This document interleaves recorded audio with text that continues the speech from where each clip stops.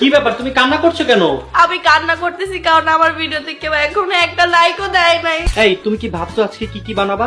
হ্যাঁ আমি ভেবে রাখছি। কি বানাবা? এখন কেন বলবো?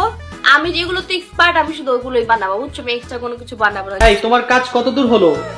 আর বললো না, এই যে দেখো এখানে কতগুলো পেঁয়াজ কাটছি, আলু কাটছি, এগুলো হচ্ছে আমি ফ্রেঞ্চ ফ্রাই করবো। তারপর আরো একটা জিনিস করবো, এটার জন্য এখানে এখন কাটতেছি। তো গাইস আমি আমার ফার্স্ট আইটেমটা রেডি করে ফেলতেছি। আর ফার্স্টে এখানে আমি নিয়ে নিচ্ছি ফ্রেঞ্চ ফ্রাই।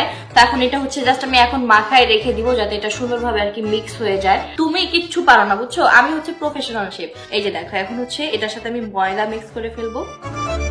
এই তুমি কি করতেছো? কি করতেছি? তাড়াতাড়ি এটা করো, নাহলে তো তুমি আজকে মাস্টার শেফ হতে পারবে না।